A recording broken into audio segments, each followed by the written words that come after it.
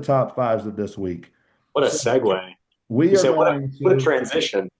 I guess, what we're going to do is we're going to talk about some of the unheralded 2028 players. You obviously have the top dogs. We are going to mention some of those. They're right to be mentioned.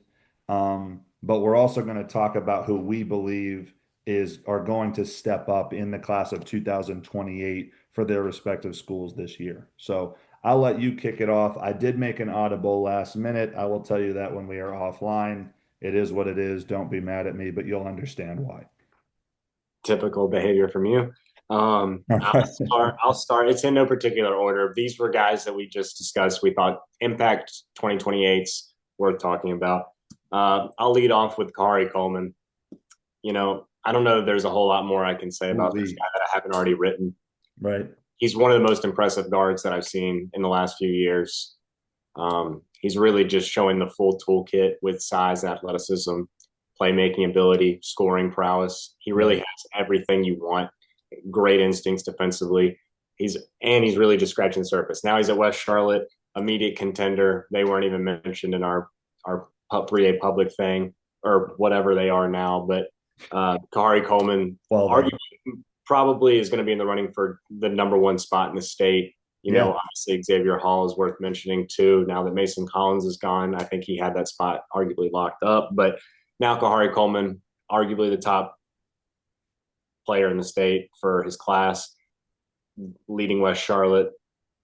Uh, I you know, think that when my initial impressions of Kahari's game, I just, it's something to be said about like, it doesn't feel like this is not a knock to his work ethic, and I hope that no one takes it as such, but he just has such natural instincts for the game. It doesn't feel like he's like a training baby. You know what I'm saying? Where it's like game's effortless to in the definition of hoop, like he is a hooper, period. Like he doesn't need to work on in between cones. Let me do an in and out into a spin or a Euro step or that. Like he just plays the game and his instincts are so natural. So I agree with you. I mean, I would be stunned if he wasn't in the top three long term in this conversation. He's got great size as a lead guard. I think he's in for a huge year for sure. Yeah, and I'd also mention having seen him last year as a freshman at Harding, he was already really, really talented, and that was Right. evident. But he's grown, and now he's in a situation where he has a lot more surrounding talent, where it really shows Mhm. his ability to flourish with surrounding pieces as opposed to being the sole option. And it just looks really good. So No doubt.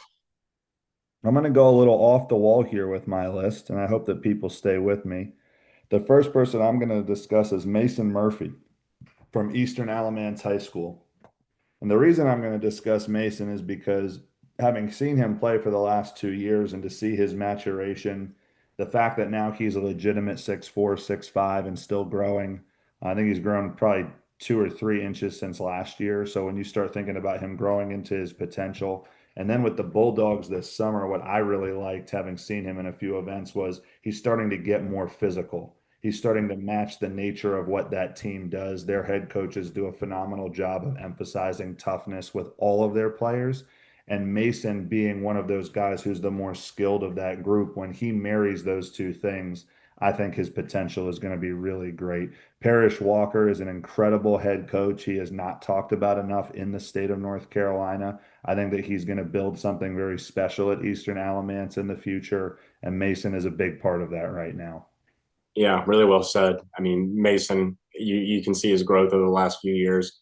To your point, but I think the sky's really the limit for him. He's really just scratching the surface with his ability, his combination of size and skill. And as you said, if he continues to get more physical while adding that athleticism, he really has endless potential. Absolutely. Yep. For my next one, the guy we talked about previously, I think you gave him a shout out on the last podcast, Cameron Moore Hmm. at Greenfield. Another guy who was already an impact freshman, but he'll just continue to grow. I think we've talked about so we'll be brief here, but we talked about last time about kind of how he's developed over the last 6 to 8 months. He's an incredible passer, especially for his size. the jumper continues to develop, but everything else is already there. The versatility on both ends of the floor, the ability to grab and go. I think he really is just also another guy that's scratching the surface, yet is already so good. So it'll be interesting to see kind of how he develops over this next 6 months with increased repetitions. Shout out to the Team Loaded family with Cameron Moore. I mean, he's tremendous. I've talked about his passing at length. I think that all the things that you're saying make sense. One thing that I think is a really important piece to know about Cam is his willingness to guard whatever position is necessary is so impressive. Like I've literally seen him switch on to point guards and I've seen him guard centers. And that is not an exaggeration. Like that happened throughout the course of July with Team Loaded. I think so highly of him and his family. I just can't wait to see how he continues to progress moving forward. Um, Going into my next one, I got to go Jaden Adams from Crescent Christian. Shout out to Coach Ray. Big time pickup here late in the process. Jaden coming over from Mount Zion was originally at Eastern Alamance before reclassing. I mean, he's a dog. That's just point blank and period. I love guards who are at that level of like 6'1", 6'2". He can get on the rim. Last year in Myrtle Beach, he had a 50-point game for Mount Zion. This is a clear bucket getter. I will not hold it against you, Jaden, the fact that you hit a game winner against Team Loaded South when we were in Texas in session one. I promise I'm over it. But you did hit a beautiful game winner there. That was really unfortunate to see because I had the angle of the shot where you see it, and it's like the second it leaves his hand, you know it's going in. Those are brutal angles to have as a coach, but he's tremendous. His ability to attack, his ability to touch the paint. He's going to take a big step this year. So definitely one to watch out for in 28s. Yeah, I mean, I'll just echo that. Quick, heady point guard, lead guard, touches the paint, uh, good defender, all that stuff. He'll be a good piece for them. My next guy, I think, staying on kind of the already known prospects. This will be probably my last one in that department. But AJ Mormon, you already spoke about it a little bit. You kind of stole my thunder in that first segment and talking about AJ Mormon, knowing that I was going to talk about him. However, what more needs to be said? The kid's just brilliant. Uh, he's going to be another one of those guys like I feel like Deontay Neal, where he's just going to continue to perform and win, and people are going to question his size, but the guy is just a killer. Height, crafty handle, gets wherever he wants off the bounce. Pace is great. Feel is awesome. He elevates everybody around him. His ability to score, play make, whatever you need. I mean, he contains his position defensively. I just think he's a great player and still one of the top players in this class. It's probably a great example of a point guard having selflessness and high IQ. Very rarely makes a decision that is not in the team's best interest. Not a cone baby. Like again, it's one of those things where I just can't reiterate that enough when we talk about this class. Like there's a lot of kids that have great instincts and IQ. And I think that that has honestly been missing in basketball in general recently. And the more that we can bring that back and celebrate that, the better. But there's nothing else that needs to be said. They need to be one of the favorites in that classification for state championship contenders. And I know that they're going to be hungry to get back there and win the whole thing. So really, really excited to follow AJ moving forward this year.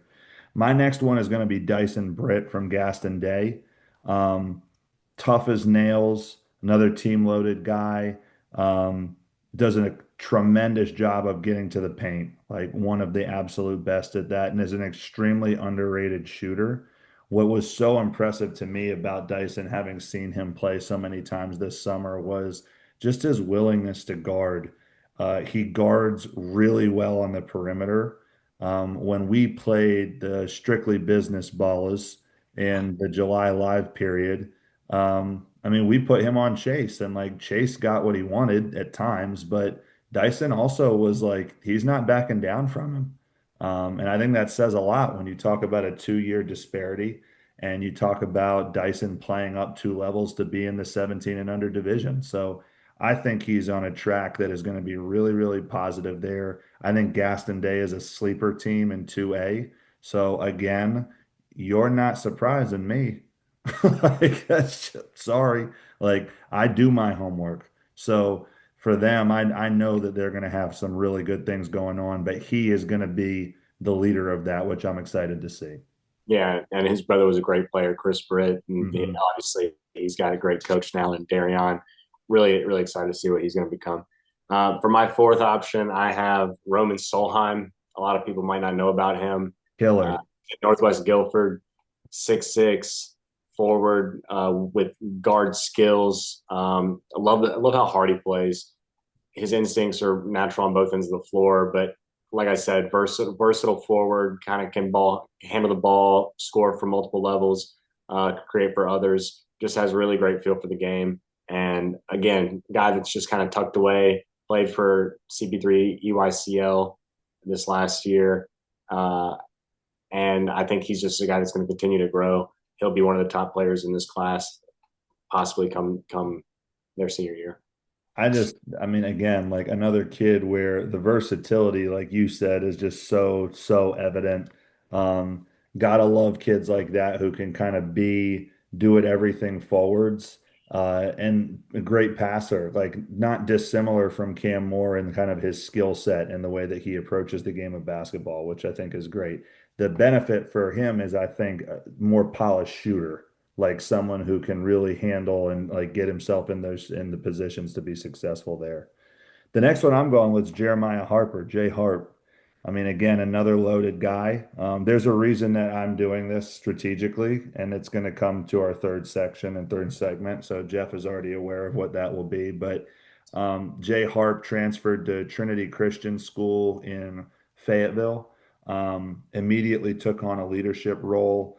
I think that one of his greatest strengths is the fact that because of his mentality, he's willing to be confrontational as a leader, and I think that's important. I wish that more kids had that ability. And what I don't mean by that is I'm going to be confrontational like to fight you. It's I'm going to be confrontational because I want to hold you accountable. You're not doing what you're supposed to do as a teammate, so I'm going to make sure that my energy helps you get there. And he shows that on the court. Like, whether he's right or wrong, he is giving you 1000% effort. There were multiple instances this summer where we were literally in games at the 15U level because of Jeremiah Harper. And so I'm so thrilled to see kind of him take off and him be back healthy after an injury in the spring. But I would expect a big year from him at Trinity. And he's a guy that's always played up. I feel like in multiple Hmm. areas, uh, played obviously on varsity as a freshman and performed. So definitely a guy to watch for. My last guy, rounding out my list, I have Hunter Gerald. He's now at Carmel Christian. I just feel like, given their roster situation, given what he provides, he'll take some scoring load off of the other guys they have, especially Logan Johnson, and what he is able to do defensively. He's a great athlete with size. He's switchable. I think people kind of he's very unassuming the way he kind of approaches the game, and he's very silent demeanor, but the kid can play. He just straight up produces every time I see him. So definitely a guy I think will be a key piece for that group. Yeah, I don't know that we played against him when we played them in June. Um, And so I'm not 100% sure if I really don't remember if he played in that game, but I do know his game and I am familiar with it. I think that, again, as someone who is young, like he's just starting to get stronger, he's just starting to get more confident. He's going to be big for that team. I mean, I could see him being a starter for them. He will. I think that I think that Lowe, I think that they'll probably want to move Lowe into that wing or two guard spot. And I think his position is going to be the one that does that. That leads me to a side note, which I think is important to say on here for the sake of accountability. A good top five for us, once you mention Logan, would be top five bucket getters in the state. Like, he just spoiler alert, he'd be on my list, but the fact that you said that, I just had to say that out loud. Um, I think that my last one is not a surprise. He's already extremely highly regarded. I tried to go kind of off of the main path like Jeff, who tried to take a more high level approach with his first three picks. Mine is all Makai Allen. Like I don't know that it's been a situation where leaving a game. So we scrimmaged Queens Grant last year in a closed scrimmage, and there were multiple instances. So for one, Makai was already 6'4", 6'5" as a 14-year-old or whatever the case may be. It's pretty rare that you see a kid like that at that age come off a floppy action into an immediate catch and shoot three from the wing with perfect footwork. I mean, Jeff, like at his size, that is remarkable stuff. Mhm. And that doesn't include the athleticism, the disruption on defense. To me, the reason he's on this list to look out for is, I mean, he could average 20 plus this season. And I think that for them to get to the level they want to go, which is a state championship, they might need him to do that. And I'm excited for that. I think that he's going to be kind of the biggest piece to them. And I know that they've got other guys that are phenomenal, and Chase and Bobby Montgomery and a number of other players. But I think Makai, man, he is a special talent, and I'm excited to follow his career moving forward. Yeah, a few things. I agree with everything you said. I saw Makai a couple weeks ago playing up an age group, and he looked extremely good in that role as well, Mhm. just making things very simple. And when things are simple for him, the game looks really easy. So I noticed who you left off. I'm not going to mention that. Nice job. But it's also worth mentioning. I didn't pick a kid from Queens Grant or like Davidson Day because these rosters are full of really No, talented sure, sure, guys. sure. So it's like these are relative based off of impact, I think, for me. So I just want to round that out with my Got final you. final guys. All right. Into